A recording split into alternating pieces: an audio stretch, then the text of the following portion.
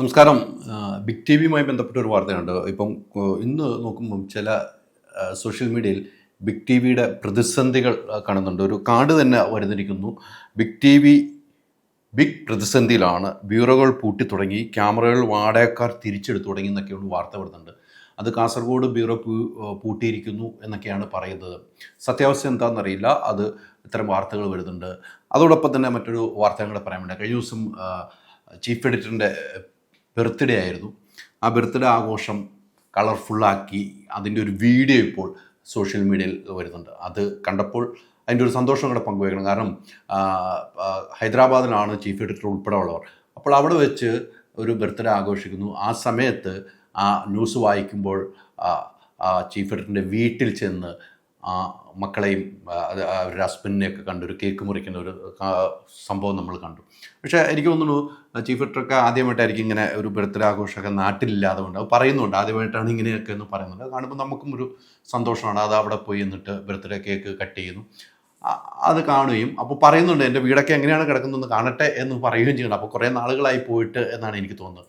ഇതോടൊപ്പം തന്നെ ഈ വിഷുദിനത്തിൽ ന്യൂസ് വായിച്ചുകൊണ്ടിരുന്ന സമയത്ത് ചീഫ് എഡിറ്റർ വായിക്കുന്നു, മറ്റുള്ളവർ കൂടെ വയ്ക്കുമ്പോൾ തന്നെ ഒരു കമൻറ്റ് വന്നതും ചീഫ് എഡിറ്റർ പറയുന്നുണ്ട്, ഈ അടുത്ത വിഷുവിനെങ്കിലും കൊച്ചിയിലേക്ക് വരുമോ എന്നൊരു ചോദ്യം. അപ്പോൾ വിജയകുമാർ കൃത്യമായിട്ട് പറഞ്ഞു, അത് ഉറക്ക വായിക്കും, ഇവിടെ കേൾക്കേണ്ടവർ കേൾക്കട്ടെ എന്ന് പറയുന്നുണ്ട്. അപ്പം കുറേ നാളായി കൊച്ചിയിൽ വരുമെന്ന്, ഇലക്ഷന് ശേഷം കൊച്ചിയിൽ വരുമെന്നൊക്കെ പറഞ്ഞു, പക്ഷേ ഇതുവരെ കൊച്ചിയിലേക്ക് വന്നിട്ടില്ല എന്നതും വാസ്തവമാണ്. അതിൽ ചില ആളുകൾ അസ്വസ്ഥതയുണ്ട്.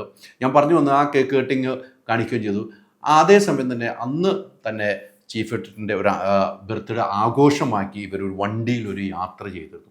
അത് സഹപ്രവർത്തകർ സർപ്രൈസായിട്ട് കൊടുത്തതാണെന്നാണ് എനിക്ക് തോന്നുന്നത്. അത് ആ വീഡിയോ ഇപ്പോൾ സോഷ്യൽ മീഡിയയിൽ വൈറലായിക്കൊണ്ടിരിക്കുന്ന ആവുന്നുണ്ട്. അത് ഗംഭീരമായിട്ട് അതിലെ സഹപ്രവർത്തകരും മെയിൻ ആളുകളെല്ലാവരും കൂടെ ഒരു യാത്ര ചെയ്തിട്ട് കേക്ക് കട്ട് ചെയ്തതിന് ശേഷം കേക്കൊക്കെ മുഖത്തൊക്കെ തേച്ചിരിക്കുന്നുണ്ട്. അത് സോഷ്യൽ മീഡിയ കണ്ടപ്പം അവർക്ക് ഇവിടെ നാട്ടിൽ തന്നെ ബർത്ത്ഡേ ആഘോഷിക്കുമെന്ന് ആഗ്രഹമുണ്ടായിരുന്നു എന്ന് എനിക്ക് തോന്നുന്നു. പക്ഷേ സാധിക്കാത്തത് കൊണ്ട് അത്തരമൊരു നിലയിലേക്കും കാര്യങ്ങൾ ചെയ്ത് വളരെ സൗഹാർദ്ദത്തോടു കൂടി ആ വീഡിയോ പുറത്തുവിടുകയും ചെയ്തിട്ടുണ്ട്. അതാണ് ആ സോഷ്യൽ മീഡിയ കണ്ട ഒരു വീഡിയോ കണ്ടപ്പോൾ അത് ചെയ്യണമെന്ന് എനിക്ക് തോന്നി.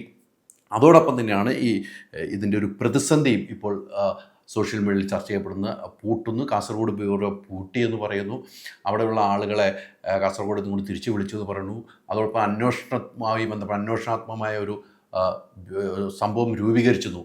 അതിന് പ്രധാനപ്പെട്ട അന്വേഷണത്തിൻ്റെ മാത്രം ഒരു കാര്യങ്ങൾ നടത്താൻ വേണ്ടി ആളുകളെ കൂട്ടിക്കൊണ്ട്, ജേർണലിസ്റ്റുകൾ കൂട്ടിക്കൊണ്ട് ഒരു സംഭവം ഉണ്ടായിരുന്നു. അതും നടക്കുന്നില്ല, സാമ്പത്തിക പ്രതിസന്ധിയാണെന്നൊക്കെ വാർത്തകൾ വരുന്നുണ്ട്. അത് നമുക്ക് കൃത്യമായി വിവരം ലഭിച്ചിട്ടില്ല. അത്തരം വാർത്തകൾ മുന്നോട്ട് പോകുന്നുണ്ട്. ഇതിൻ്റെ ഈ കേക്ക് കട്ടിങ്ങുമായി ബന്ധപ്പെട്ട് അതൊന്ന് പ്രേക്ഷകരെ അറിയിക്കണം. കാരണം നമ്മൾ നെഗറ്റീവായിട്ട് കുറേ വാർത്തകൾ ചെയ്യും, പക്ഷേ ഇതൊരു സന്തോഷ മുഹൂർത്തമാണ്. അതുകൊണ്ടാണ് ഈ വാർത്ത പ്രേക്ഷകരുടെ മുമ്പിലേക്ക് എത്തിക്കുന്നത്.